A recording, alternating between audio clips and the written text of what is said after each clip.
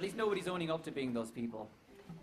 Well, good afternoon, and thanks for being here. Can everybody hear me okay? It's always hard to tell from here how that projects. Okay, great.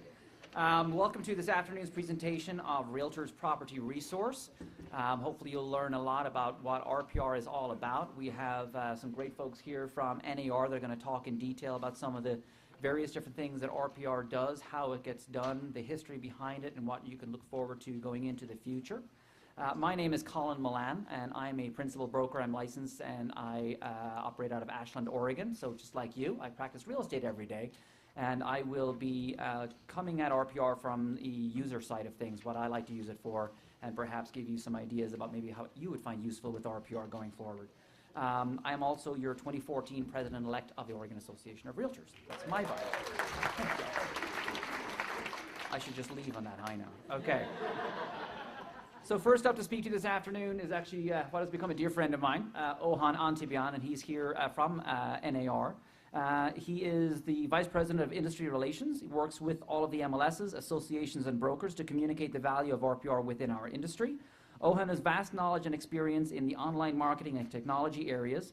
As Regional Vice President of Fidelity National Real Estate Solutions, try say that fast, which later became LPS, Ohan contributed greatly to the success of cyberhomes.com by collaborating closely with MLSs and associations. Prior to LPS, Ohan was a major account director for Realtor.com, where he successfully advised, coached, and helped many top brokers and their agents with internet marketing and client management strategies. Ohan holds a BA in International Business from Temple University and is enrolled in the MBA program at Colorado State University. Please welcome Ohan Antibian. Yeah, that sounds really important when I'm like, after somebody introduces me like that, I'm compelled to be really serious.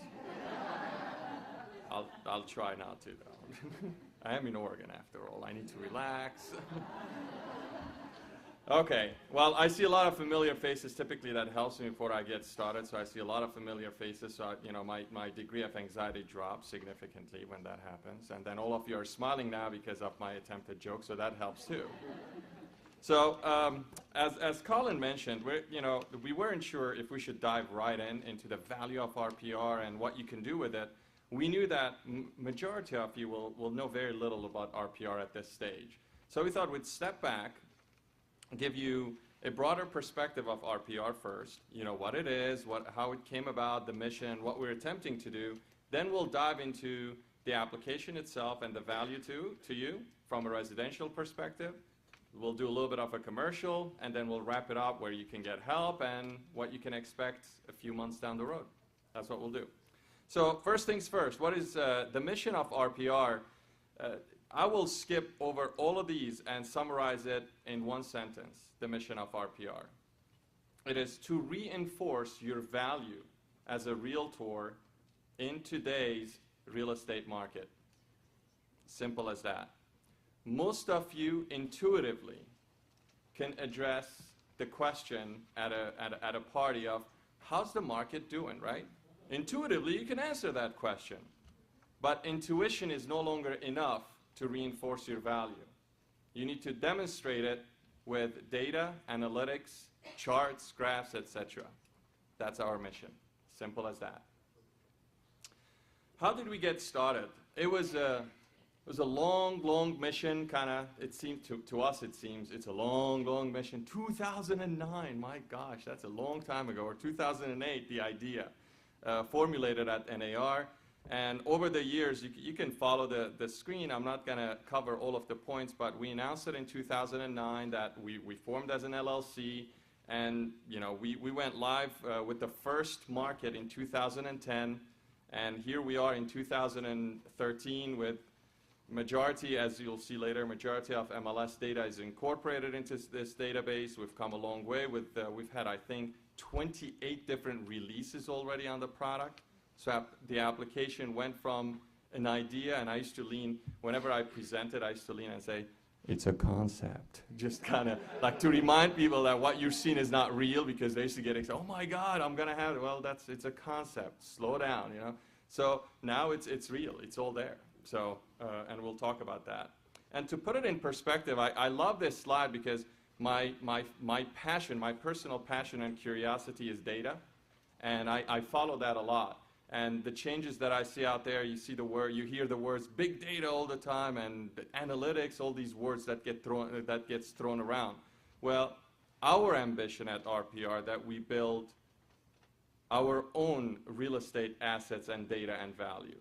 And that's what you're seeing here, this big numbers of Teradata and big data and excuse me, the servers that host all of this is our assets collectively as Realtors.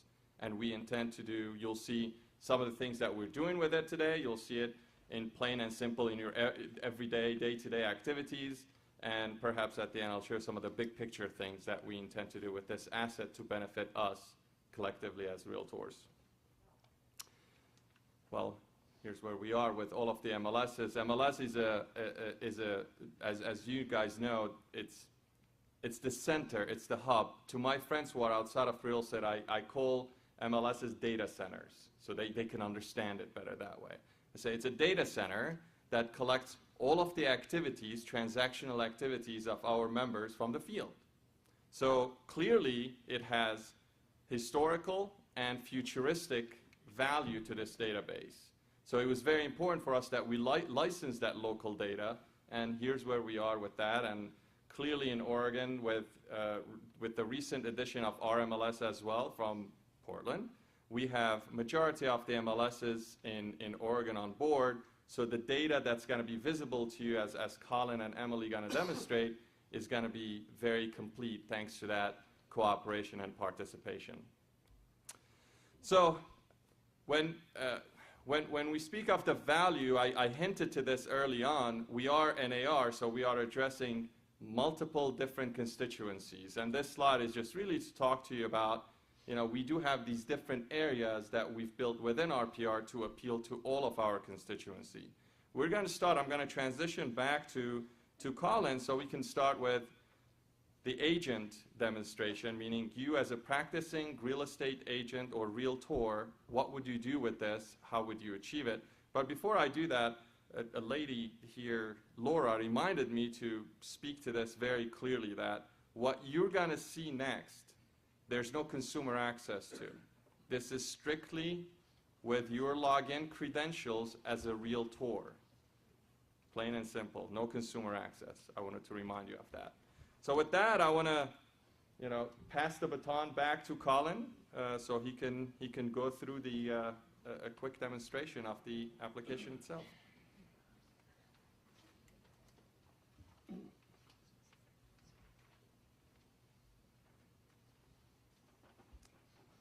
Just move. Okay, Thank you, Ohan. On paper, I thought that was a 20-minute presentation. I'm like, what? Me again already? Okay. So what I'm going to do is take you through some of the tools that I use RPR for. And if you think of it like this, what I'm trying to do is to show you the capabilities, the possibilities of RPR, not necessarily how to use it. Emily's going to go in a little more detail later about the types of places you can get classes, how to get the classes. You can get into the nuts and bolts about how to actually use the system. What I'm trying to do today is kind of open your eyes about, as a practitioner, how you're going to use this program, how it's going to potentially change how you do your business and interact with your clients. Anyone hear of Carol Murray's presentation this morning? She was fantastic. So one of the things she talked about is, how do we differentiate ourselves? How do we make ourselves exceptional in the marketplace? How do we do things our competition's not doing? And while we're all competitors in this room, we're all trying to do that exact thing, differentiate our services from each other and compete with each other, at the same time collaborate and work together. It's kind of a unique business that we're in that way. RPR is one such tool, and I think it's one of the most robust tools to come out of NAR in quite some time. As a subscriber to SOMLS, or Southern Oregon Multiple Listing Services, we've actually had this in play for 2 or 3 years now, and I can tell you that it's been a much better system. It's getting a lot better and a lot better and a lot better. So those of you that are going to see it for the first time are getting a much more refined product than we might have seen a couple, 2, 3 years ago when it first rolled out. So let me take you basically how I log into it. So those of you that subscribe to different MLSs than Southern Oregon MLS, forgive my first steps, because this is how we access the program from where we are. And when you access your MLS, it will look a little different for you. But basically, I believe all of you will be able to access your RPR program directly from your MLS system. So just bear with me here a moment. I'm also using a Mac, which is a first. And if I like it, we'll get one after this class. Right, Ohan? And you're buying it because my wife's back there, and I know I'm not allowed to buy it, so, okay. So let me see here, and I have to do this real quick. So I'm basically logging into my MLS as I would normally log into MLS. And what this does is it allows you the opportunity for single sign-on. So realtors were really bad with having to leave one thing to log into another and then log into that. We just won't use it. So you've got your bank account, you've got your email account, you've got your MLS. That's it. We don't like to log into other stuff, you know. So by having it live in your MLS as a system that is a single sign-on, I find us more likely to actually use the product. So let me just do it this way. Once you're signed in, you will be able to, however your MLS system operates, go to your listings and basically, so you're right, there we go. Boom. Yes? Some MLSs probably don't have the access, so RPR.com. Correct. I'll discuss different access between them. Well, not between you. I mean, you should tell everybody. That's why we're here, right? Okay. So, this is all part of the program, this delay. We're supposed to chat with each other, and we'll wait. I'm at the mercy of the, there we go, okay. So here's our single sign-on. So what this is going to do, again, in our system, hopefully I got that right, did I? Yep, okay, is take me directly to the property that I got there from. So I access through one of my listings that's active on our MLS. So this is this particular property. It's located in Medford. Again, that's the market I work in. It's probably the best market for me to give this demonstration to you about. So what can you use it for? I think one of the big tools that it has available to it is to help our clients understand the difference between what we do, the expertise that we bring to the marketplace, and the expertise they think they're getting from the Zillows and the Trulias. Okay? All right, so how many of you just love that conversation when your clients tell you Zillow, Trulia? Yeah, they're awesome. I actually think it's a great conversation. I love it when they tell me that. That is the door is now open for me to have the conversation about, I love that too. I have that app on my phone, I love it. But you know what, it's an app, it's fun. It's just like Angry Birds, right? Boom, update, great, it's great. It's not my life, okay? But it's fun. So one of the things that I think that RPR does very well is it comes up with basically a computer-generated model of the value of a home. Now, whilst the model is more accurate than Zillow and Trulia, it often starts out not as accurate as you're going to make it. So if you've got a property that's not listed, and in this case, this particular property is listed, so you'll see the AVM here is an automated valuation model. As that becomes more accurate, it changes to an RVM, which is a realtor-valuated model, and it becomes more accurate. If you're logging onto a property for the first time, you're going to go take a listing, you're sitting with your seller, and they're saying, hey, Zillow says my house is worth $500,000, and you're going, this is going to be a letdown, okay? So you open up RPR, and let's just say RPR says it's 475, or whatever number it's going to say, and in this case it says 476. What you're then going to do is you're going to tell your seller, let me take you on the journey. This is where Zillow and Trulia are inaccurate. And you're going to move through the property and its attributes. You're going to look at all the things that you look at in a property and how you create value. Obviously, you've got the comps, and that's the first place to start. Because a lot of the Trulias and the Zillows, they look at everything that's sold in the neighborhood. They are not eyes on the ground. They don't take account for quality of the finished product, hardwood floors, views, location. A town like Ashland, as many others in Oregon and around this country, you can often have a real kind of a mixed neighborhood. You could have a turn-of-the-century 1905 Victorian home that's been beautifully remodeled.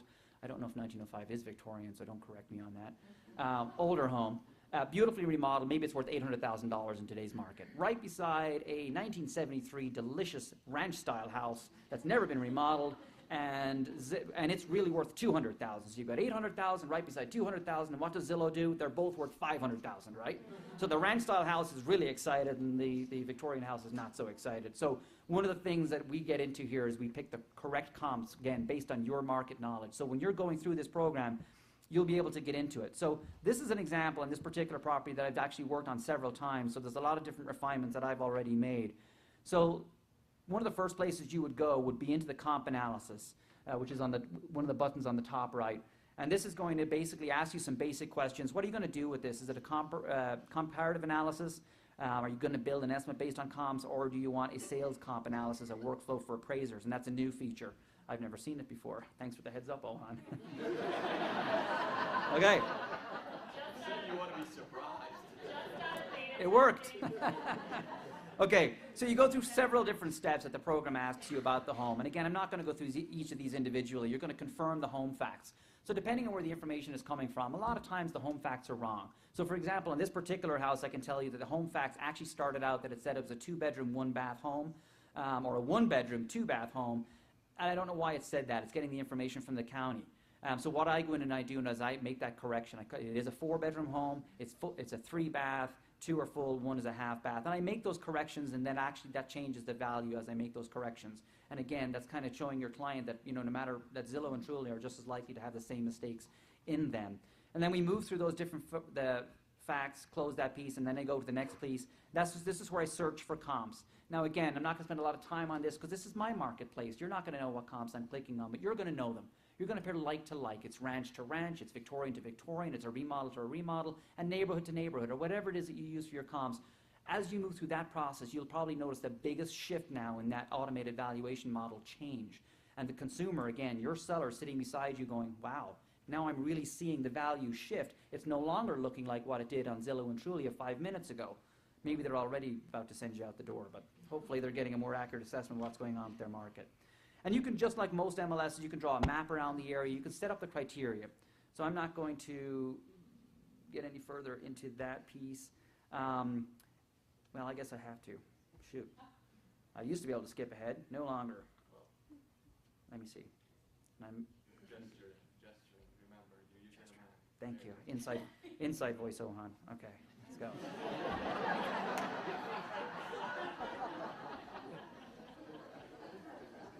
Still not working. Okay. Let's see. Yeah, you're right. I'm gesturing. I'll pick outside box. Do I have to pick a comp? Yes. Oh, shoot. Okay. So let's search. Let's pick a comp. Any comp will do. It's like a magic trick.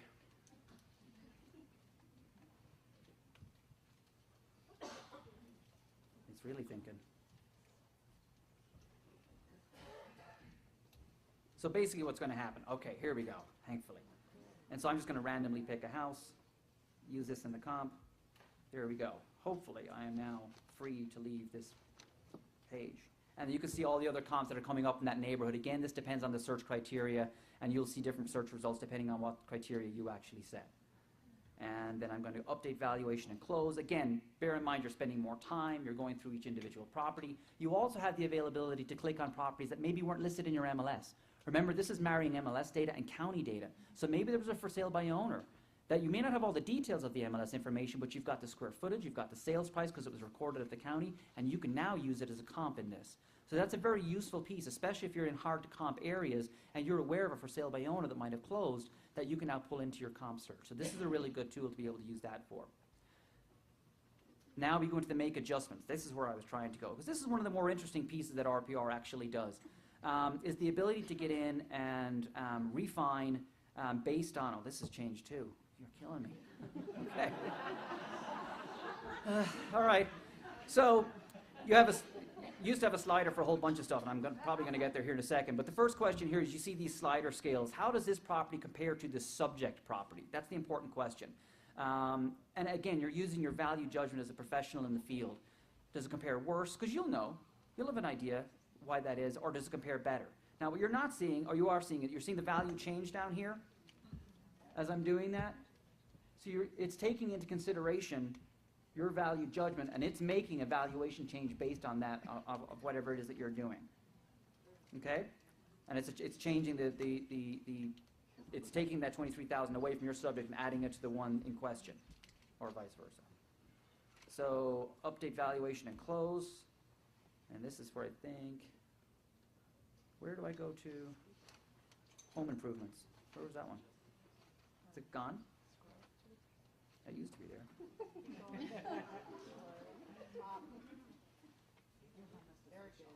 Oh, is that refined value? Okay, moving right along. Okay, so we did that piece. So this is where if you're aware of a home improvement that's been made, one of the really cool things that RPR has done is basically on almost a zip code to zip code basis, does an analysis of a home improvement based on what's going on in that particular area. So if you do a kitchen remodel in the San Francisco Bay Area and you spend $50,000 on it versus, say, in the Medford market and do $50,000, what does that really boil down to?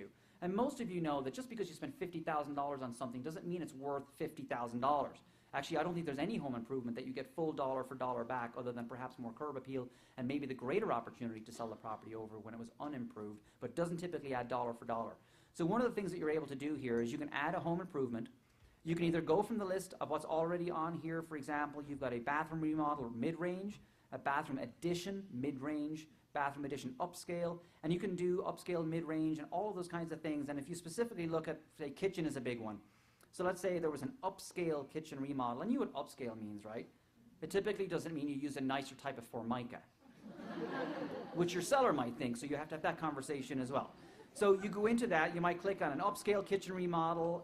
Let's say they did that in February of this year, so you're going to make it date specific, so this really does get pretty specific here, and it adjusts for the time frame, because if they did a huge remodel 15 years ago, and the avocado toilet and bathtub are still in the bathroom, it's not going to be quite the same as if they did it yesterday, hopefully not avocado. And let's say that that kitchen remodel cost $50,000. We're going to go ahead and we're going to add that improvement to this particular piece, and you'll see that it added $33,300 to this particular kitchen in my marketplace. And again, the consumer now gets to see, because we often find ourselves with the exact type of objection like that. Hey, I spent a $100,000 remodel last year. Now I think my house is worth $150,000 more. Okay, let's talk about that. And then this really helps you have that conversation with them in the marketplace. So again, you're kind of taking them on that journey. You're busting the myth that they think they might know more than you. This is helping them establish the value through your eyes. And then you really get to do these sliders here where I thought I was going the last time. Local market conditions, are they better or worse? And you'll know each individual market. And sometimes within a market, you've got a micro market. So you're going to be able to make these refinements depending on how it compares to your comps and things. The next one is home exterior condition relative to the comp properties. So if you're in a neighborhood that everything was built 2 years ago, there's probably not going to be a really big difference. But again, if you're in a neighborhood where maybe they're 50, 60 years old, and they have done a lot of work to it, maybe it has great condition on the outside relative to the rest of them, you'll slide that scale, and you'll move it up. Now, what you're not seeing is down here, this number down here is what you'll start to see change. Home interior condition, again, relative to comparable properties, that's the key piece. Maybe it's not so nice on the inside, and as you move that down, you saw that value change down here, and on and so forth. So as you move through the program and you close this out, you're going to build a very robust market analysis. If it's with your seller, you're able to take them on that journey of where that Zillow Trulia value started and where your realtor values now ended up, and you're going to be able to talk about whether you're going to list the property or not. Let's go to some other, and then the reports that get generated. Actually, I think I have to do a report because this is your computer. I usually have a saved one. So let's see. So let's just go save, or can I do get a report? So up on your get a report is where I get to select the type of report I'm going to give to my client. This is where it's worth spending time. These reports can be 10 pages long, or they can be 110 pages long. Now, you know your clients. You know the one that you walked into a listing appointment, and they're sitting there on the desk, and they've got their fingers strumming on top of the packet that big from the last realtor that was there. Like, yeah, what you got? Because this guy gave me this. I don't know what it says, but look at it. It's huge. He's going to list my house, I think. So you can do that with this if you want. If your clients love lots of information that may be meaningful or meaningless, RPR gives you the ability to do a lot of that, because there's a lot of information. There's demographic information about the neighborhood. There's statistical information about the neighborhood. So you want to spend some time moving through the reports and making sure the reports you're including is one that you understand, so that when your client goes, what does that mean? You don't go, well, I don't know. That doesn't look good either. So move through the piece, look at the product, look at the different reports that get generated and the type of information you're going to give your client. If your client's the kind that just says, just give me the bottom line, then just give them the bottom line. And you can do that with this report. So you'll want to pick the different one, show a sample. Well, no, I don't want to do that, actually. I want to go to more details. Shoot, this is going to be a slideshow. Thank you. Vanna White, everybody. Okay, so more details is what I'm looking for. So this is a property report. These are all the things that will be included in this. And sometimes these are multiple pages in each level. But you have the ability to turn on and off all of these on an individual basis. So again, really going to be worth the time for you to go through these reports and spend the time, understand what it's going to look like. So once you're done with that and you pick the report that you want to do, and there's many of them, there's a seller's report, there's a market activity report, there's a mini property report, neighborhood valuation workbook, a whole bunch of stuff that you're going to want to play around with and see what report you want to do. And then you get to go personalize the report at the bottom. Remember, when you set up your RPR account, you're going to be offered the opportunity to upload your professional picture, your company logo, any number of different things. So when you present this package to your client, it's going to look thorough and it's going to look professional. How you want to deliver that. So if you want to enter your client's name, in this case I'm just going to put myself, that'll appear, you know, on the top of the package. You're addressing it specifically to your client. You know, it's a personalization touch, and it can be an important step, and sometimes clients really appreciate that personal detail, so you're addressing it directly to them. If you want to type a message, here's a report that you asked me to generate for you. I know you called me 9 o'clock last night, but here's this amazing report I generated for you. Maybe you're emailing it to them. Maybe that's how they like to do it. Yeah, well, hopefully, as you get used to the program, you're going to be able to move a lot quicker through that piece. But then you get to choose the method you want it delivered. You can display it now and download it as a PDF. So you'll just download it directly to your computer. Or you can email it directly to your client, and of course, you'll get a CC yourself. That's one of the ways that I like to do it. Of course, you can check and uncheck the CC box there. And then I will, let's say it's going to be to me. Well, let's see. No, I want to display it now. That's what I want to do. So what it's actually going to do is it's going to, and I read and agreed with all the terms. Of course I did. You just saw me, right? They changed those, yeah, and I read them last night. That was a rough night. So it's telling me I've got 2 minutes to wait for this report. But one of the cool things about this is maybe you're doing multiple reports. Maybe you're doing different market analyses for different areas. It's just kicked that over to the left-hand side. So you can see that that yellow box over here is pending. And I can continue to work on the program, and I can do various different things within the program. That will not lose. That report is in the queue through their software machines in the sky that make all of this work really, really well. The other thing that you can do that I find very useful, so let's say you do print out the 110-page document. Then what do you do with it? Most of you don't have a stapler that's going to put it together, right? It's huge. You can email it to a printing company. Give it to a Kinko's or one of those. Say, hey, I'm going to email you something. Please bind it this way or that way, and I'll pick it up in an hour. It doesn't have to be printed at your office computer if you don't have the capabilities to. So it offers you flexibility if you're living in an area where that's the type of thing you want to be able to do, and maybe you don't have the resources to do it personally. So it's creating flexibility for you in how you generate that report. So rather than click on the report, I'm going to go show you some of my favorite pieces other than the reports that we just did of what RPR actually looks like. So let's see. So obviously our market's changing. Not as many foreclosures and short sales, thankfully, than that used to be there. So, and unfortunately, I don't have knowledge enough of where there's a foreclosure in Medford. But let me just explain to you that this particular map that I'm going to go here, I'm going to go click on a bigger map. This is one of my favorite tools of RPR. And I'll see, I think I can, yeah, look at me go now. Oh, shoot. Oh, there it goes. I can do it. See? So what will actually happen is all of these lots here will eventually get different colored houses on them. Hopefully. And I know that there's a bit of a time lag. So what will happen with each of those individual houses is you'll see at the bottom the map legend. Here we go. Some are green, some are blue, some are gray, and some are green. Depending on the color, it's going to tell you what's going on with the property. Again, you remember it's getting data from your MLS. It's marrying it with county data and several other resources. One of the tools that I like to use this for is if I'm taking a listing and I bring this map up in front of my client, and let's just say that I'm going to use the subject property that I've been using so far, which is this property right here. I have it listed right now for $475, but let's say I don't have it listed. I'm on a listing appointment, and my client says, you know, Colin, I believe you. Everything that you said, I see my house for $475, but I want to try $500,000. The sellers never say that, right? Okay, wanted to make sure I was in the right room. So one of the things that I use this program for is, and this used to be the case on this street when I took this listing, there were 2 homes that were in red, which meant they had received some form of pre-foreclosure notice or foreclosure notice, or it was a short sale, or it was actually a foreclosure listing. RPR has the ability to recognize any of those 3 things or 4 things and basically give it a red flag saying this is a distressed property. Your clients don't always know that. So say it's not listed. Let's just say that that particular person was unfortunate enough to have been delivered a pre-foreclosure notice, or here's a notice of default. It's public record. RPR pulls that from the county and they red flag that. And I was able to tell my client, I said, you see this property here? This is a good comp for us. If this comes on the market as a foreclosure, while we're trying to get you the 500, I can't even get you 475 anymore. Now let's have the conversation. You're giving your client information they may not have already had and probably didn't, and you're now the expert in the room saying, I'll do the 500 maybe, but I'm giving you information that might change your mind. It's based on information that I have as an expert in the field. That's a distressed property. It may or may not hit the market during our listing period, but if it does, it's undermined my ability to get you the list price I'm recommending, not to mention the price you think you're getting. And you may lose a lot more money than what you perceive you might be as it is right now. So you're empowering the seller to make an informed decision, and so that if that house does pop on the market, you're not going to say, I told you so, but you did, right? So that's a really useful tool. The other really useful tool is the ability of these maps to then be superimposed with a heat map.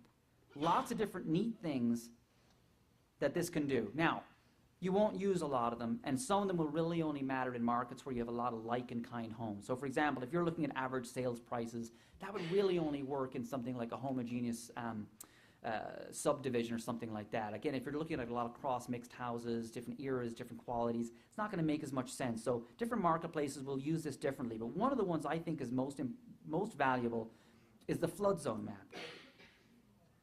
Now, in Medford and in Oregon, those flood zones were changed not that long ago.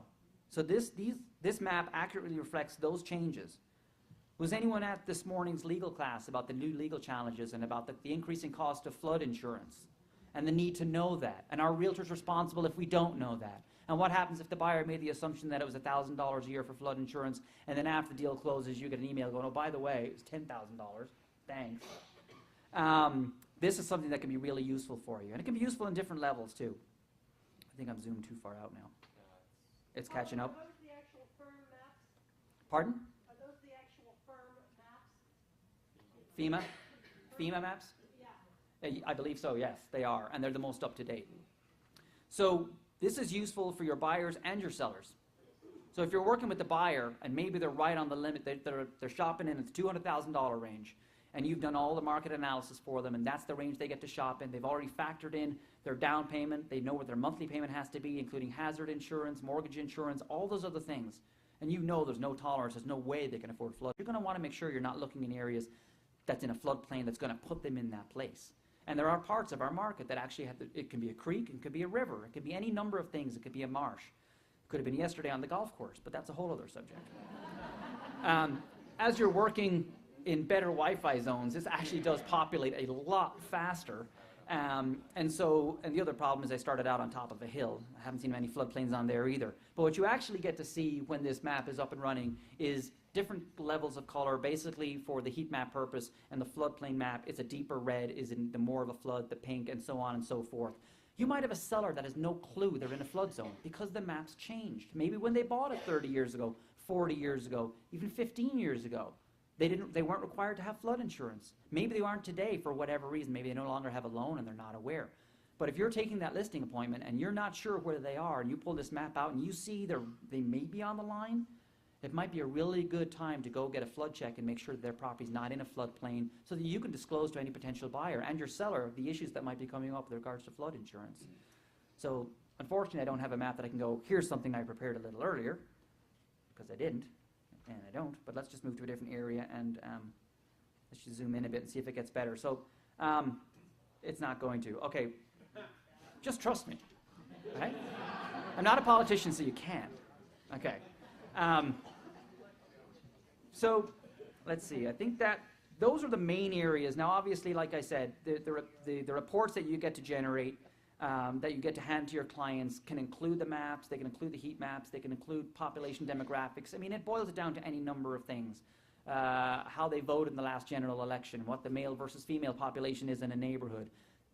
Lots of different things that they get. This is census data. No one's out there being Big Brother. This is widely available to everybody. We just happen to be gathering the statistics and putting it in a place. If you feel that's something that your client's going to want to see and be impressed by, you're able to add that in there. Rick, did you have a question? So the first handout that you showed had about 35 bullet points, that the options that we could choose. Can I create one that has 10 and save that as my favorite? So if I know I want a report that's got these 10 pages in it, can I set it up one time, have that be my standard report,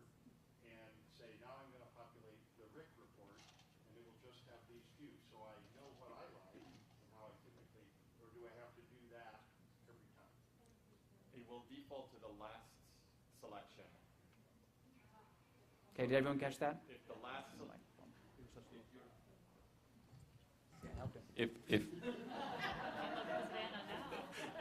if in your last selection you selected those 10 items, it will default on your next visit.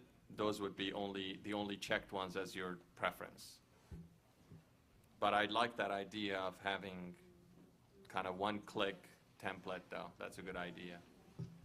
Oh no, I record. Yes. I got an Evernote in my brain. Can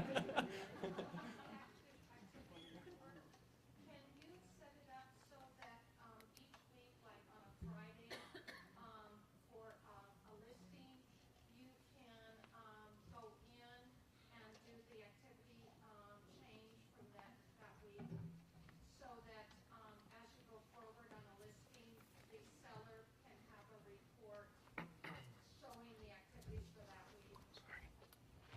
You mean in terms of what type of activities? Activities, buy, sold, new things on the market, price changes, Yes. or the comps that you've picked.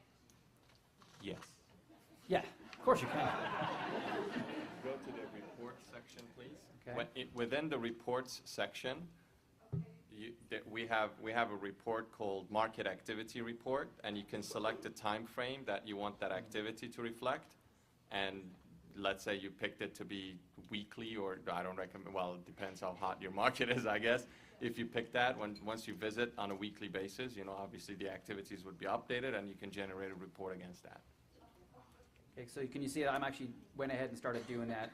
So you've got the 3-day, past week, or past month, and then you get to select the types of properties you want on that, how many listings you want on that, and the types of subtypes you want to do on that. So,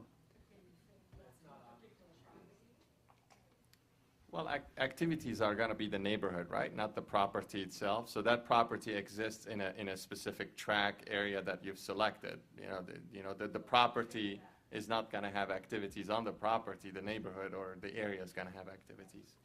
And then would it show then too, could you set it up so that it would show any changes to what the value of the house is that you're, like your subject property? So if the market has gone up in that week by X amount, something closed, that closed for maybe more, would it show a difference Do you in wanna just- On the charts, maybe graphs their of the value of property. their house or up versus down? Trending reports, basically. I asked Colin to click on if you go back to the property details and click on the charts graphs. Each of these charts and graphs that Colin is clicking on now, it updates at different frequencies depending on the data. And each of the data, the details are on the left-hand side. If you click on the About This data, it will tell you. Now, when you're talking about, it's going to show you the trending changes. Depending how frequently we updated the data, the safest assumption is that if you do this on a monthly basis, those charts and graphs will reflect those trending changes within that neighborhood. Anything shorter than that is going to be difficult. Some will be updated. The MLS data will be updated. The estimated values we update every 2 weeks.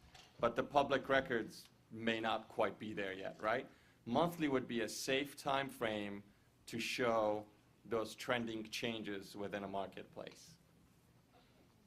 But it's there. But I wanted to kind of show you exactly where, and this would be included in your activities reports. okay. Sorry, Colin. I was doing so well, too. So, but to also answer that, I know that the AVM model on the homepage does change fairly regularly depending on what the market forces are around it. But again, that's without the refinement. So you're going to still go in and you're going to make those changes. They reflect the trends that Ohan had mentioned. If it's trending up, that AVM will trend up with it before your corrections. Rick, did you have a... Just that you focus a lot here on the seller side, but all the things that you said in the discussion, because buyers use Zillow all the time and have their impression, it's a great way to sit with your buyer and show your value as well. Yep. You looked on Zillow, here's an AVM, let me show you my market experience for you as a buyer, and let's go look at that listing that you love, and let's tear it apart and bring you a market analysis from the buyer's perspective relative to whatever the other agent has Yeah, and that's a really good point that Rick just raised. A lot of times before we go write an offer, we'll do a market analysis for our buyers as well to establish the value or where they want to start with their offer process. This also helps them overcome that Zillow, Trulia, or oftentimes county tax data. You know, when your clients come and say, you know, this guy's looking for 400, but the county taxes say it's only worth 250. I mean, the county records are just as bad or worse than Zillow and Trulia.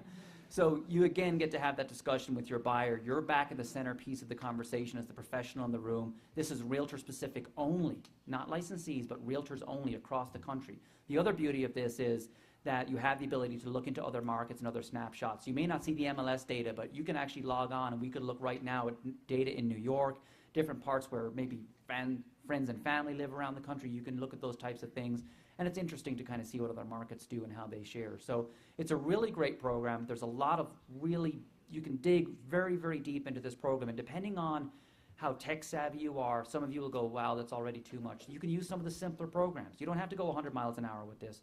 You can go 30 miles an hour. You can go a little slower, and you'll still be able to get great reporting that'll be competitive in the marketplace. And not every realtor will use this. So if you do, it could really be the difference in whether you're going to be successful or how successful you're going to be. And it's a tool that's provided to you as part of your member dues annually to NAR. So if you do nothing else but use this as NAR, it's well worth what we're already paying for our dues every year. So I think it's a great member benefit that NAR has provided for you guys. It just depends on if you're going to use it or not. So Beth, you had a question? Yes, so, what about zoning applications? Is there an overlay that might talk about ESP or this portion? I was going to say no. You going to say yeah? We don't have. Okay. Each property has zoning, Eric. Right. Each property. So the question was, does RPR have the ability to show the layers as they pertain to zonings within individual areas?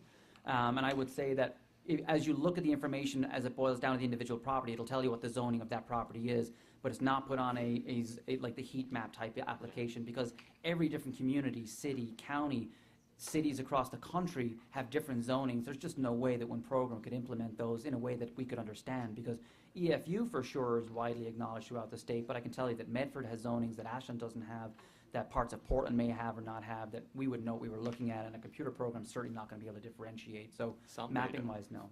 Someday, right?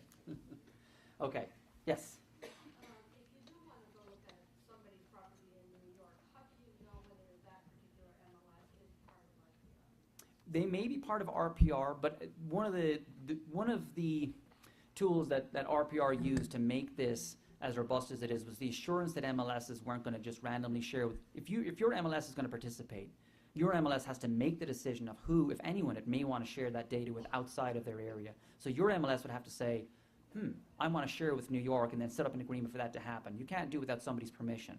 So you would just ask your MLS, who are your partners, who are you sharing data with? Most likely, I don't believe anyone in our state is sharing out of state with anybody else.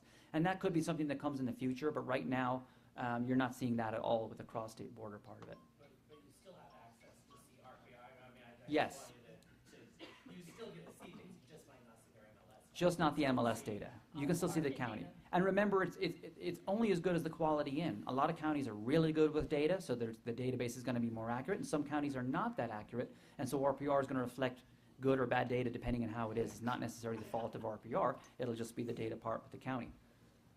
That's not, I had nothing to do with that. Nice picture of it. So even within the state, there could be areas that don't have MLS information? Correct, yes. Because you don't need MLS permission to gather county data or other data that has consensus data about that area. Which ones do and don't when you go? I would contact your MLS directly and find out who they're partnering with and who they're sharing data with on the RPR platform. That would be the best way to get to the bottom of that. So there's probably a million questions. I'm going to be around afterwards if you have any specifically for me. We're going to move the program along, and we're going to bring up Emily Line. And, okay. So Emily, let's see, in anticipation of RPR's commercial beta launch in 2012, RPR hired Emily Line as Director of Commercial Services. In this position, Emily's first responsibility was to assist with management and launch of RPR's commercial application to the beta test markets, and oversee the process through the open beta test extended to all realtors as of November 2012. Emily is responsible for creating outreach strategies to commercial MLSs, commercial information exchanges, and realtor associations in order to deliver the RPR's commercial value proposition. She also worked closely with RPR product team to create specifications for new functionality based upon feedback from users and MLS CIE staff. Does everyone know exactly what I just said? Okay. Before coming to RPR, Emily managed development and outreach for NAR's commercial real estate division. Emily's duties focused on planning for associations that were looking to develop new programs and services or enhance current offerings for commercial members. Presentations to Realtor members on commercial real estate advocacy efforts, research, education, communications, and technology available through membership and coaching for associations wanting to earn NAR's commercial services accreditation. Emily earned a master's degree from the University of Michigan and a Bachelor of Arts degree from Albion College. Thank you, and go Ducks.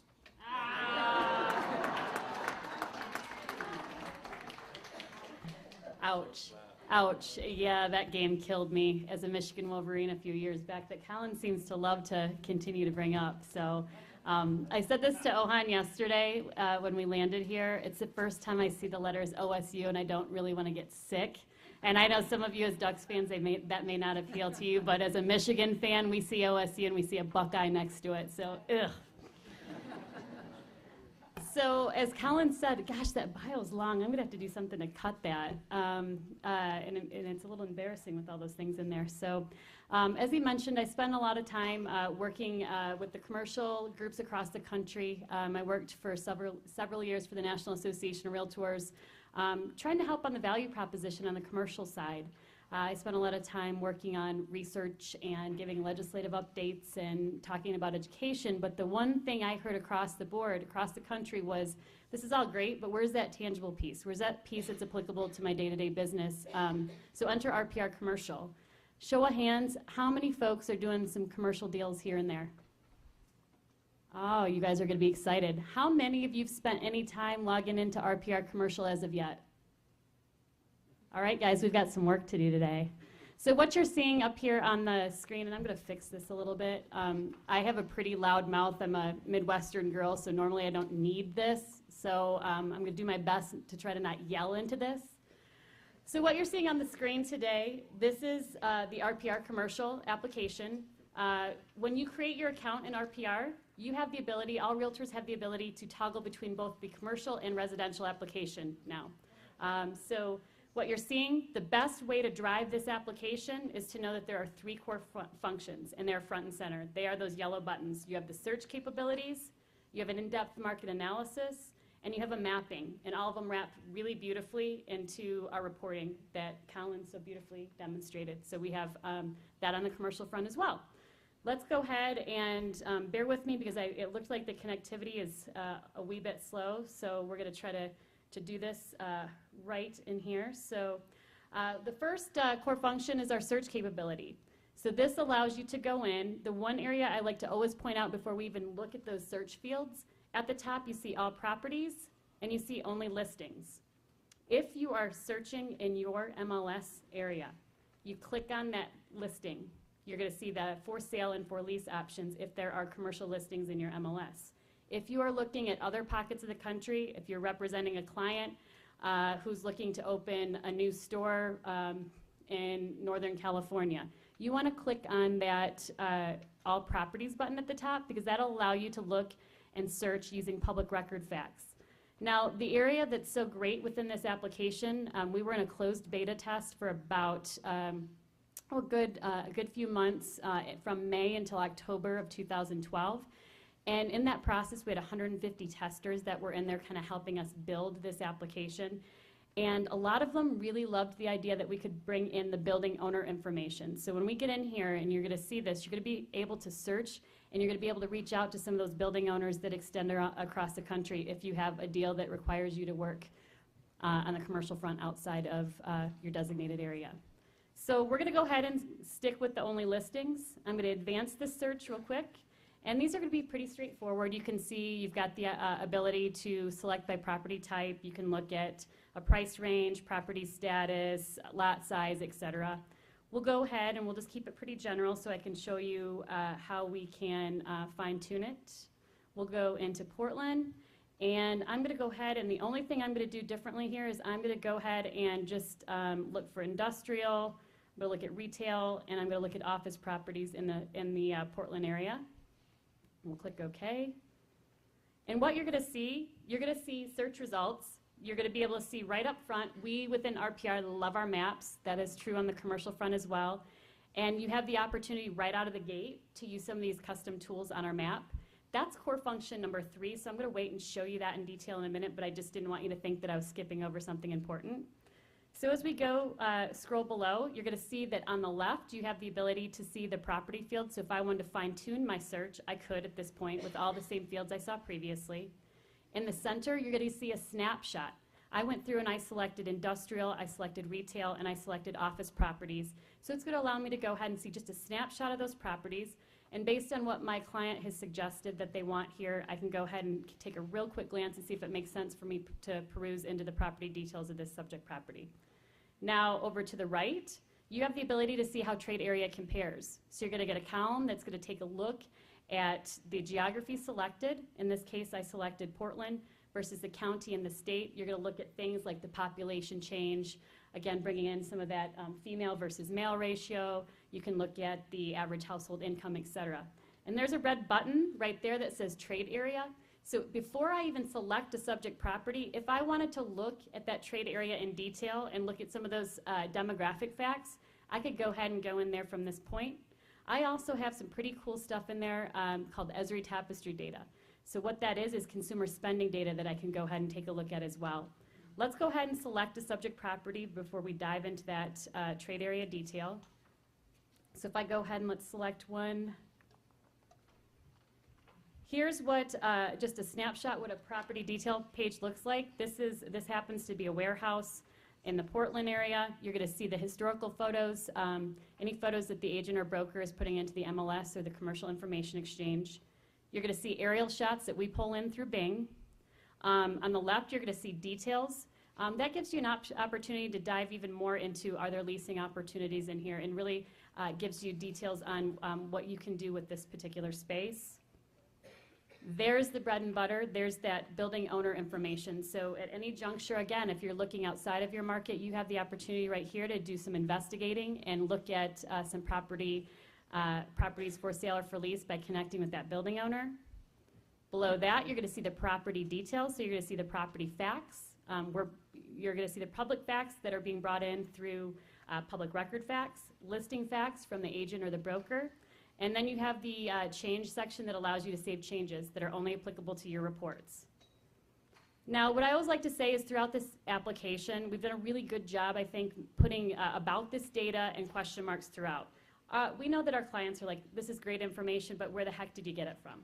So any of these little about this data or the tabs you see throughout, you can go ahead and click on those, and it's going to tell you exactly where it came from. In this case, listing details, location details are coming from the MLS or the CIE. Below that, you're going to see legal description, mortgage records, and tax information are coming from a company called LPS that we have a partnership with. Colin suggested we like to make sure that we're bringing things into one place.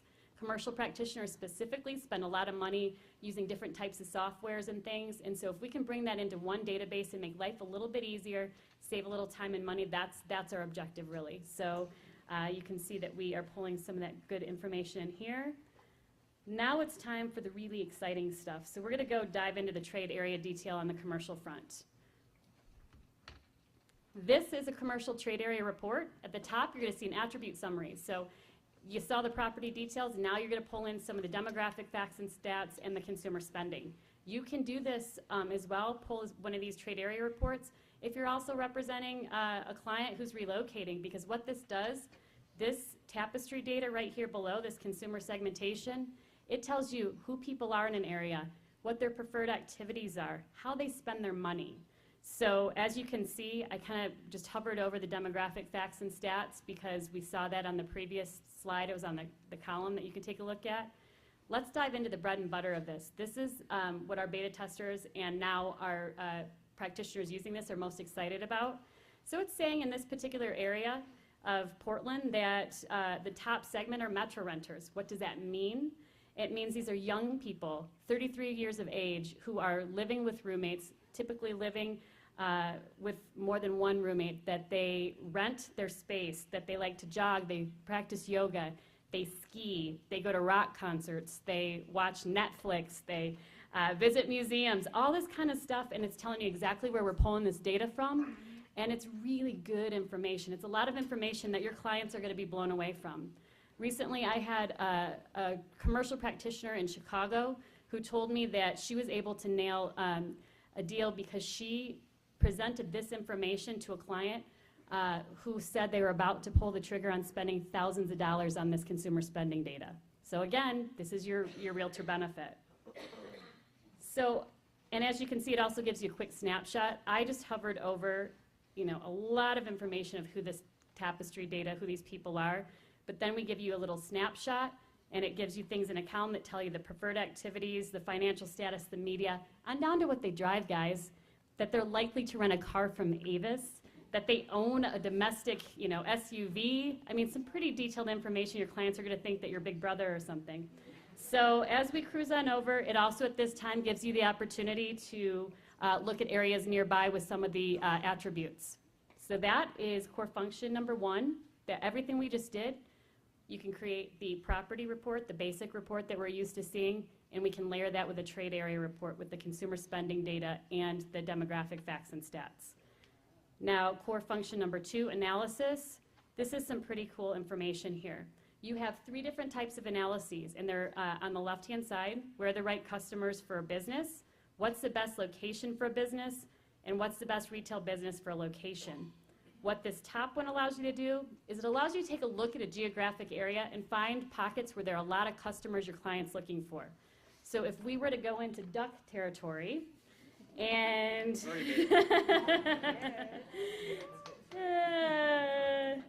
exactly. And let's say we had a client that said, hey, you know what? I want to find, an area that makes most sense. I've got a bar at a small campus just down the street. I want to make sure I'm right in the bread and butter and the thick of things where those ducks are located.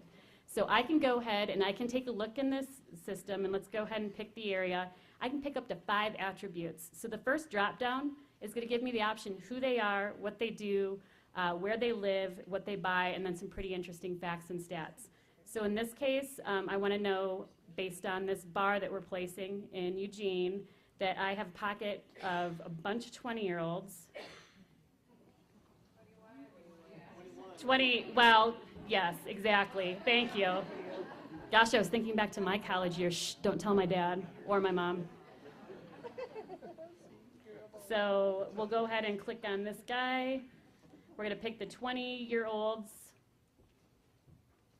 And then we're going to definitely want to know what they buy. I'm going to get a drop down with total expenditures on retail goods. There's a bunch of different things here, but in this case, we want alcoholic beverages. More specifically, we want alcohol consumed away from home. And you can see several different breakdowns on how these folks like to drink their alcohol. I think our developers were having a little bit too much fun when we were building this part of the application. So I'm going to go ahead and click that. Yes, they were. Yes, they were. So we're going to go ahead, and you're going to see the map, the deeply shaded areas in purple. Here are the attributes that I've selected, the 20-somethings. And again, we want to make sure we're where the 21-year-olds are. And then alcohol consumed away from home. I also have the opportunity here to select different geographies. So if I want to stick with neighborhoods, I can switch it on over to zip codes, census block groups. And now I'm going to find my pockets where there's a lot of 21-year-olds having a good time on campus. So it's going to break everything down here. And let's say I pick this particular area, and these are smaller areas when we break it down by neighborhood. It's going to do a carve out on the map, and it's going to tell me that this is the area that makes the most sense for me to look at placing that bar. And so from here, I can search for properties, and I can also take a look at that consumer spending data just to reinforce what I'm already saying to my client based on this location analysis. And what it's going to do is it's going to allow me to grab, and yep, we've got an internet connection issue here, but it's going to allow me to grab the trade area report with all the consumer spending data on it. So that is the first analysis. The second one, if I were representing, let's say I'm looking to put a grocery store in a particular area, let's say in Bend that we need a grocery store.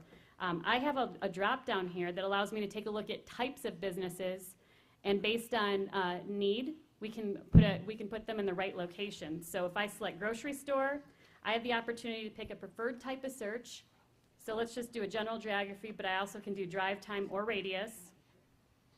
and we'll go ahead and pick Bend. And guys, my connectivity is not so great, so I'm just going to probably tell you what this will do if it's not going to let me pull it up. It's going to give me a deeply shaded area on the map like we just saw, a carve out. And it's going to tell me 100%, 80%, 60%, and so on, where it makes the most sense based on spending needs. So that is the second, what's the best location for a business? And then what's the best retail business for a location? This one's the Oscar winner by far. It's the easiest to run, and probably the most used in our system based on feedback.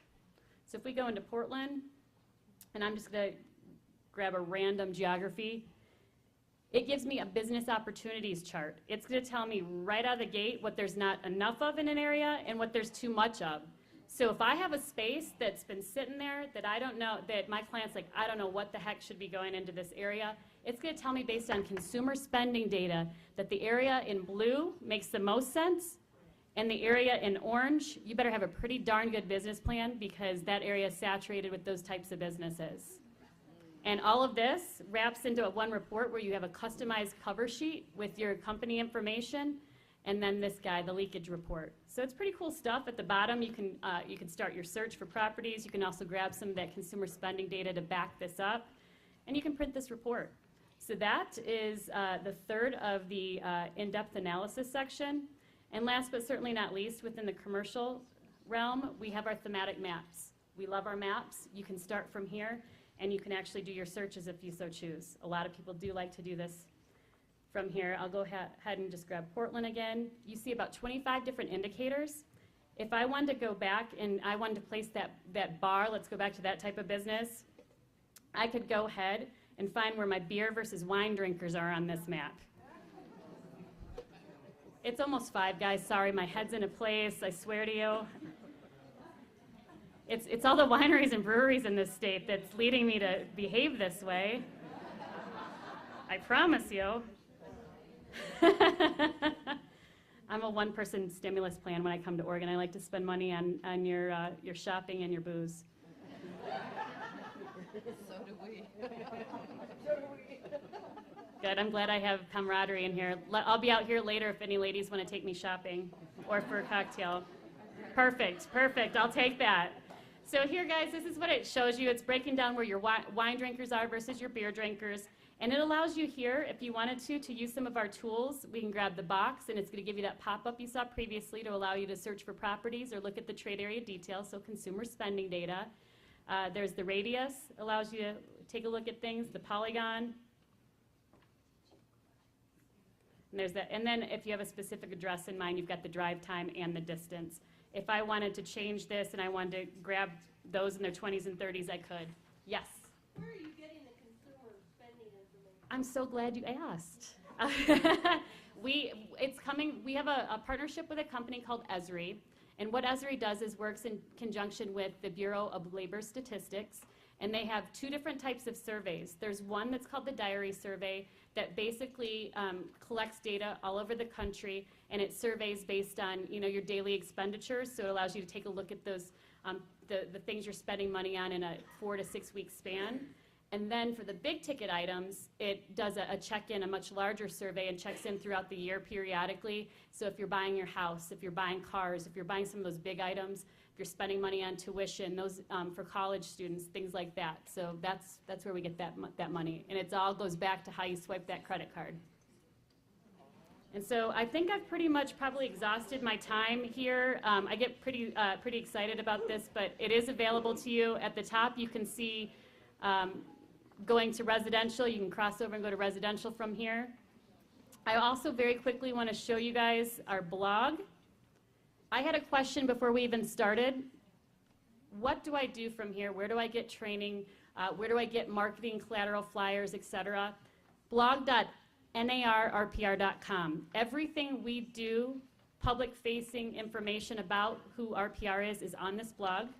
So this tells kind of the story, and it also allows you to register for trainings.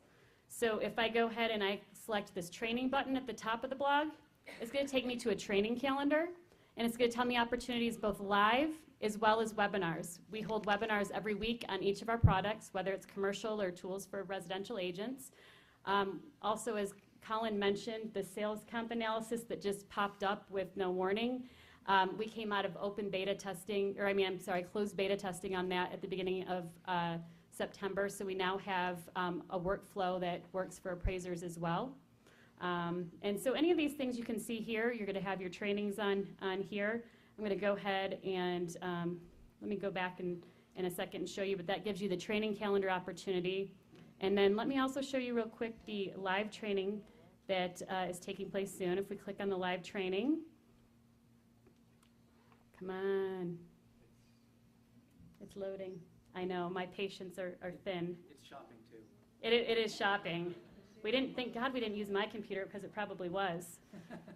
So anyway, what this is going to do is it's going to give you the live training. If I go ahead and I click on your great state of Oregon, you're going to see that we have several trainings coming up here in the end of September and the first week of October with our MLS. So it's going to give you a great deal of information about that. But then again, we also have the webinar training. And I want to also just point out at the top, you have a pick a specialty.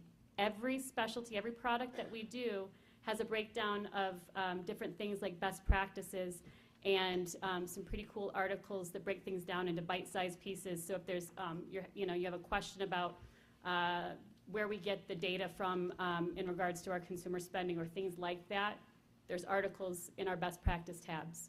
So some really great information here for how you drive our system. Also, if you want to know how people are using it, like your peers across the country, we have a case study section. And we have, whether it's agent, commercial, we have it listed right here. You can see all the different ones. Oh, wow. And there's Colin. And you'll be able to read Colin's story, and then when you have time, you're also welcome to watch his video. He will be doing an autograph signing at the end right up here. I'm going to turn the mic over to Ohan, who is going to just wrap it up with some of the products coming soon. So thank you guys so much.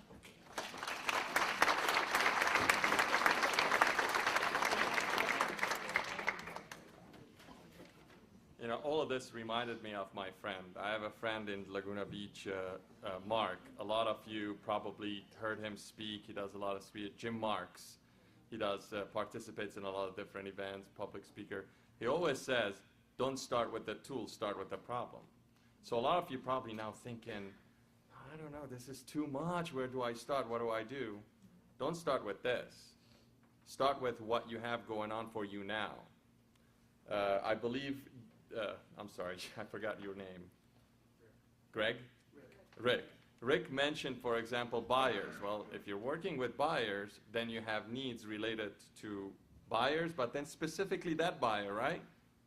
Then hopefully you start thinking through what that need is and come here and apply the solution using the tool, but don't start with the tool. It's a great advice. I heard him say 2 years ago. I think he says it every time he speaks. It started to finally make sense to me too now. The other thing that came to my mind as I'm listening here, and I actually used a piece of paper. I haven't used a piece of paper in ages. But my laptop was here, so I couldn't take notes. So the other thing that came to my mind is, this is all probably a term that you've been hearing a lot too out there, data visualization, like you read articles. But maps are that, right? Data visual. But what we're giving you here is taking all this data, visualizing it in a way that makes sense to you, but probably most importantly, with your clients, you know? So it's not just this craziness, techiness, it's maps, it's layers of charts, graphs, visualization, just easier that way. And the third and the last one, I have one idea for you to use out of market, especially reports. I want you to think hard about. Thanksgiving is coming up. You have relatives coming into town, or you're visiting relatives for Thanksgiving dinner. Pull up reports on their house. Show up to the dinner. Hand it over to them. It may include some defaults. You can have a nice dinner with them. Thanksgiving will never be the same, just saying. So with that, just thought I'd just mess with you guys. All right. Well, Emily was funny, mentioned shopping. I'm like, I'm not going to mention shopping, it would be lying, so I just resorted to my Thanksgiving story. Yeah. I wanted to show you a couple of additional ways you can log into RPR. One of the obvious ones I'll discuss in a little bit, but this is, since I know, how many of you are subscribers of RMLS? Since we have the majority here, RMLS, I want to take a quick second to just show this, okay? And I know there's training going on next week and whatnot. Does this look familiar? Okay. So when you come in and log in, and my login will expire after this test period. Like, where's the screen that says your dues are? Your access is revoked. Pay now. Well, hopefully the connection, I don't know if it's going to help me, but certainly once you log in, there's a bunch of announcements and things that we have. It's right in there. You pull up the listing and where you get previous map, anything else is right there, little RMLS button, boom. All right. First, Yes. Yep. Once you're in the program, you can toggle between there. all right. So as soon as you log in, there's an RPR section here. There's an announcement. You can look at that, learn a little bit more about it. You can register for the classes, etc. It's all there for you, okay? And I don't know how to look up a property on this. I did it and I saved it, and we had internet connection issues, and here I am. So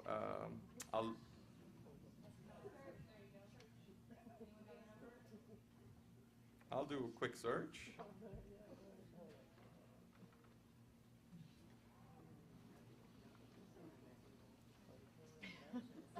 I should have kept the stories for this period, you know, the in between. I didn't know. Okay. Did I take another note? And what should I do here, guys? Tell me. Just hit search.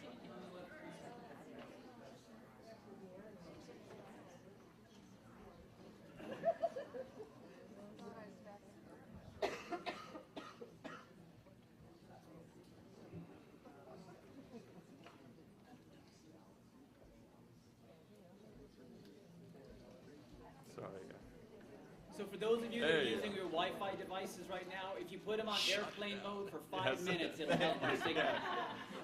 All right. So as you can see here right away, even at the search results, when it's just you're looking at it as a list, you have a link here, RPR. When you click on it, it will take you to that property in RPR. So that's one. And I'm not going to do it. I learned my lesson not to click anymore.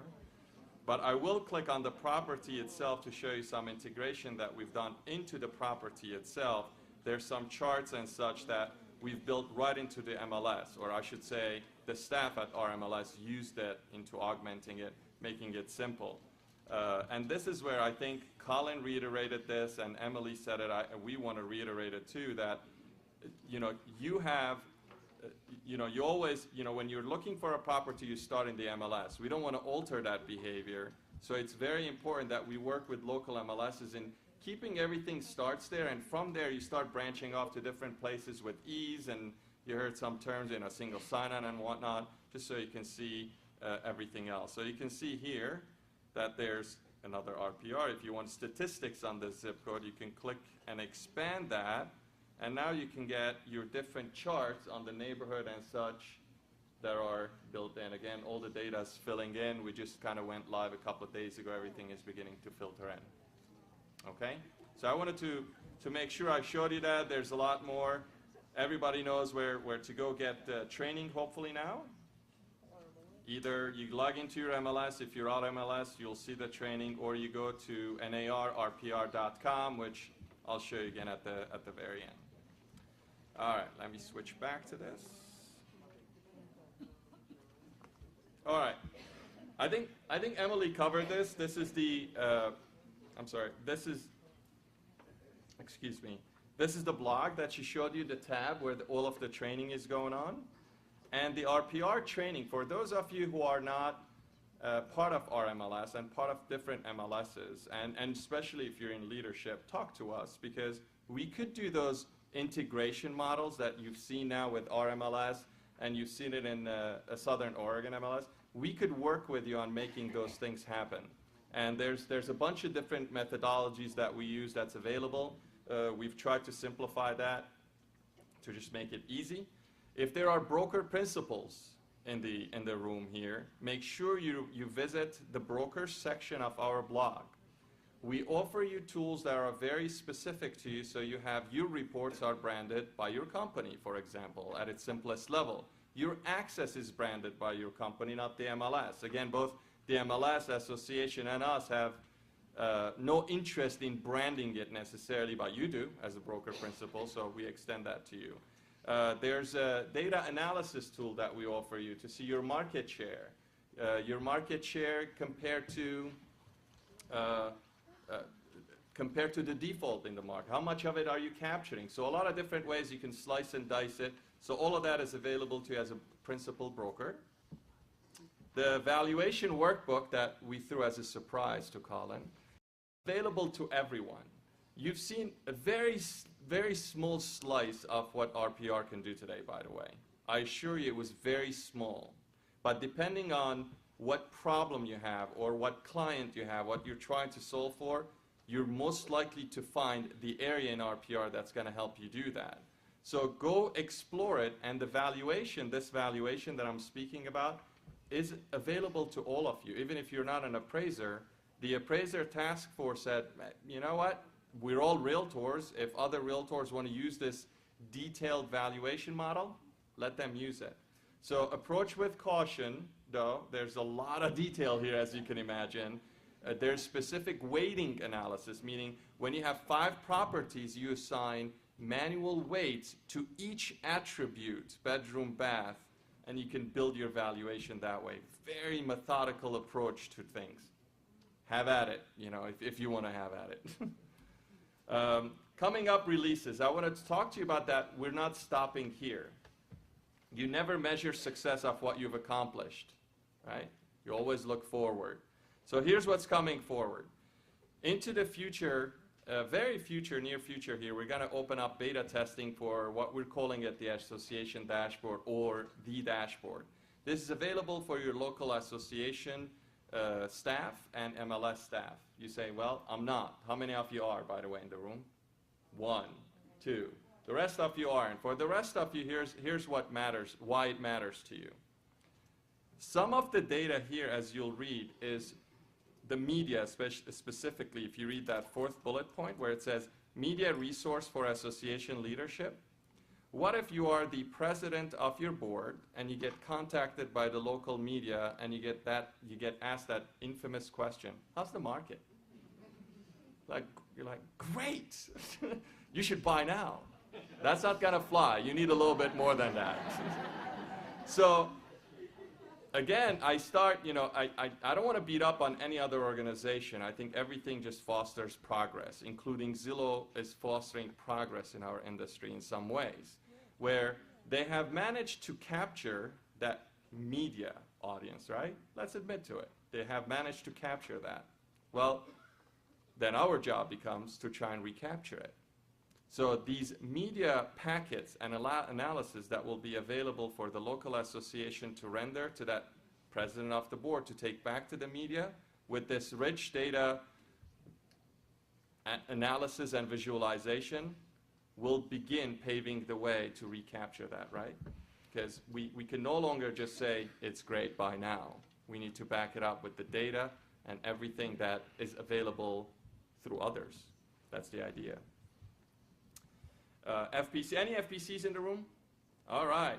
Well, this is also coming your way very soon. This is congressional district reports and FPCs available to you. You know what your needs are specifically. I'm slightly less familiar. Emily's actually should have spoken to this. She's far more familiar to this specific area of what we're developing. It's basically reports, the census and demographics charts, a lot of the things that you've seen, population trends that help you with your visit with your local government representative. Colin asked me to add this, and this is where I'm gonna retreat to my old days of like 3-4 years ago when I used to lean and said concept. I'm gonna say this. It looks real, but it's not real. What you're seeing, What you're seeing here is the beginnings of our mobile apps, the ideas that I want to share with you. It may or may not look like that, but the idea behind it will remain that it's going to have simplified ways for you to access specific areas within RPR. For example, if you want to get reports, you click and you go directly to the reports area of RPR. You don't have to log in and go through search for, you go directly to reports. So that's the idea, very specific areas of it. We're playing with some geocoding ideas as well behind it, which is the latest, another craze, right? You know, to know exactly where you are without you telling it and things like that. So all of that we're beginning to build into it. Here's some shots of the concept of what we're working on. And here are some prototypes. Just wanted to leave you guys on that high note of, again, we're not measuring success by, I showed you that kind of history chart in the very beginning. We started in 2008, and here we are in 2013. For us, we're already thinking 2015 on what else we can bring to you as our members, Realtors. So with that said, I'll wrap it up with this 2 addresses here that you'll see. We wanted to go green because we are in Oregon. So there's no handouts or anything like that. We all have our devices. We all know that you know, it's pretty simple address to memorize. If you go to narrpr.com, you can log in directly. If you don't have that link with your MLS, you can log in directly at narrpr.com. And training and learning is blog.narrpr.com. Any additional questions? Melinda? Yeah, Ohan, maybe you might want to share the mobile address, because this will work on any phone, Android or iPhone or BlackBerry or whatever. Or Android, yes. And m.narrpr.com. The cool thing is you don't have to download anything. It's web-based. And one of the practical applications that you can use when you're out with your buyer, like Rick had used as an example, is if you're showing a bunch of properties, you have your schedule laid out for the day, and you run across a for sale by owner, and of course they're curious, and they want to know, and they want to grab the flyer, and you have to wait till you go back to your office to call that particular for sale by owner. You can actually punch in the address on your mobile phone under the mobile app, and it gives you all the information about the property. Not the for sale price, obviously, but it gives you the estimated valuation along with the year bill, square footage, all the particulars, not the phone number. But the cool thing is, most of the time, the house probably doesn't fit the criteria that your client's looking for.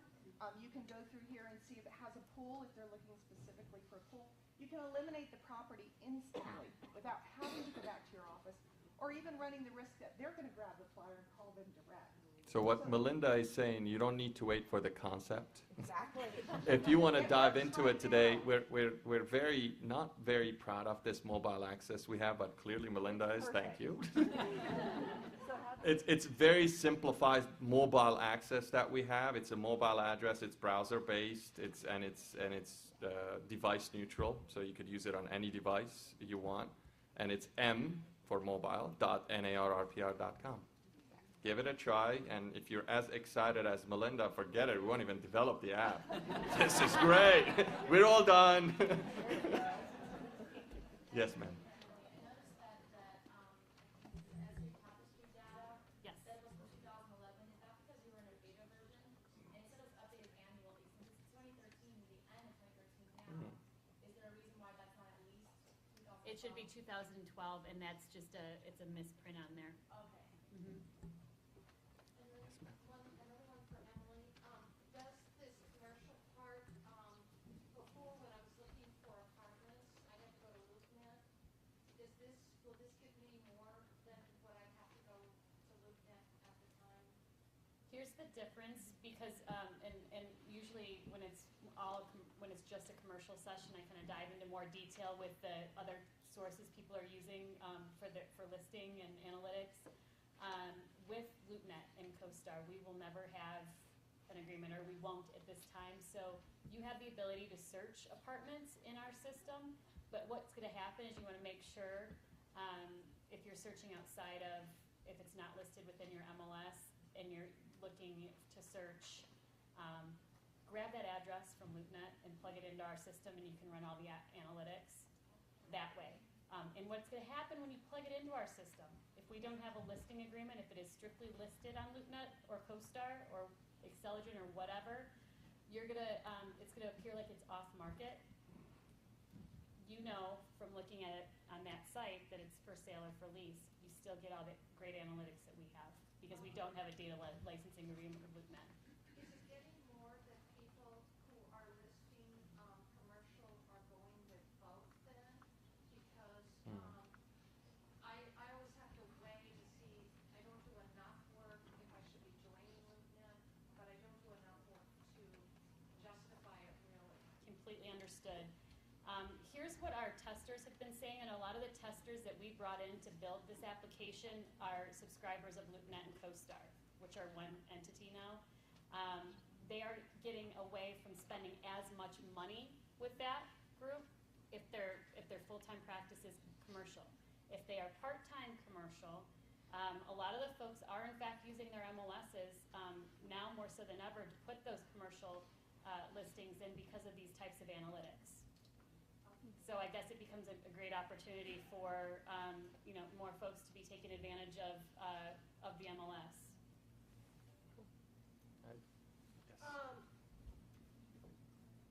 I'm a member of RMLS, but I actually practice on the North Oregon coast, which is comprised of 3 small multiple listing services. How accurate? I have 2 questions actually.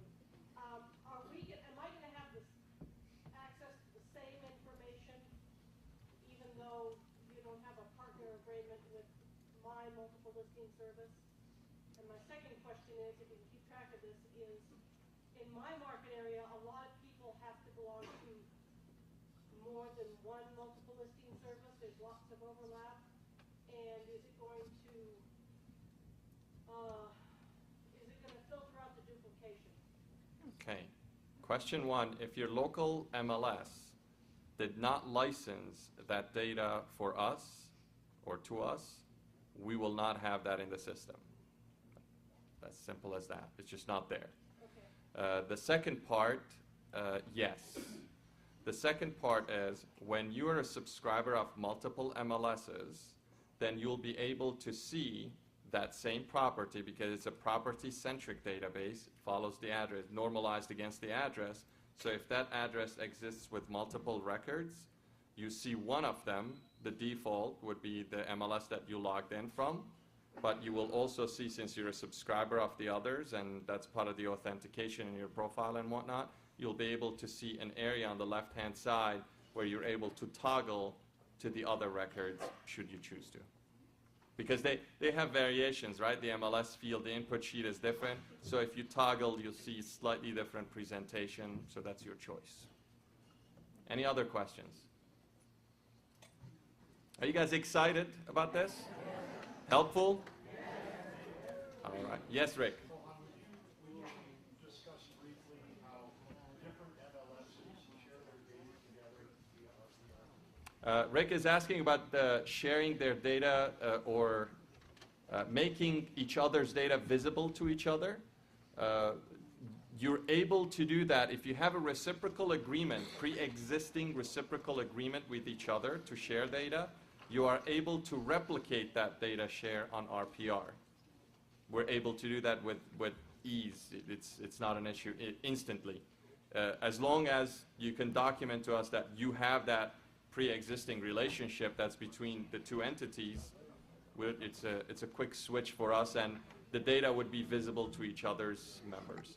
If we don't, but want to, then we make that reciprocal agreement, sell you. So for example, in my market in Oregon, there's an RPR outlet in Northern California that's across border. We could easily data share across border there as long as we have an agreement between the 2 multiple listings. Absolutely. In fact, I want to share one thing that reminded me. Thank you, Rick. And I'll never forget your name again. I always have done. I've done this over the years. I don't know why.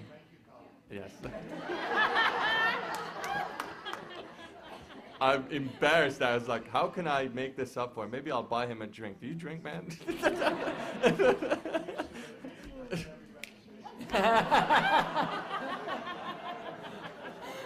Touche, touche. You got it. You got. I can do a comeback. I'll stop here. He reminded me of the earlier. There was a question: if I go somewhere else, New York or any other place, what data do I see? The default is you should be able to see the active listing inventory. Active listing inventory. So you will see that if a property is for sale. Okay? So that's the default. Now the MLS can still choose not to share that too, but for the most part they do, because guess what? It's also available on a public facing website, so it's not a big deal. So you could see that it's active. You could see the public records surrounding it and all of the other data that we shared with you, from different sources. That's available to you nationwide, anywhere you go. So I wanted to thank you for reminding me of that, Rick. Yes, ma'am. The MLS has to be realtor mandated to be part of RPR? Mandated? Was the question no, they don't have to. But only the Realtor members, subscribers of that MLS, will have access to RPR. Are you from Washington? No. Oh. Hey, who do we have here? Yes, sir.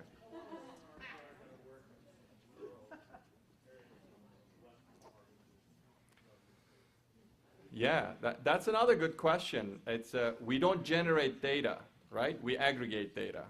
Think about that. We don't generate it. So if data is sparse in those areas for whatever reasons that probably you're very familiar with, we're not going to solve for that problem, right?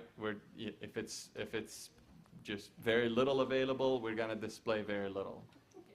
So I'm not sure working, certainly whatever is available is going to be displayed. And if we have MLS data, at least you'll be able to run the slick kind of valuation models using the MLS data. Certainly you're not going to lean too much on the public records data then, right? So it's a choice the local practitioner will have.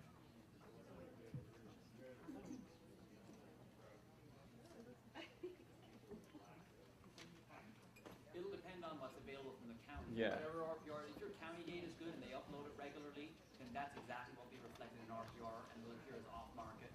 So if your county data is good and they report it well and it links to RPR, then it'll be good data. If it doesn't have, sorry? Well, if it isn't, then the data will be sparse, but it'll depend on the quality of the data that's coming in. And next, we're going to solve the world problems of hunger in Africa. Thank you very much, guys. I appreciate it.